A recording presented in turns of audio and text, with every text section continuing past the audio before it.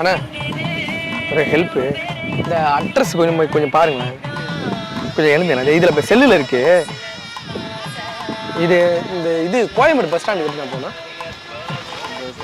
வண்டியில் வந்துடுறீங்களா? பஸ்ஸில் தானே போகணும். பஸ் எங்கே பஸ் ஸ்டாண்டுங்க?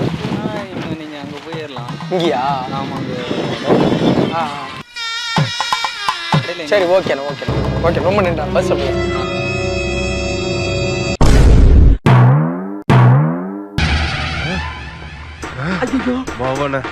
என்ன கொழுப்புடா உனக்கு? Chicken rice. சேர் எடுக்கல நீ பாட்டுக்கு.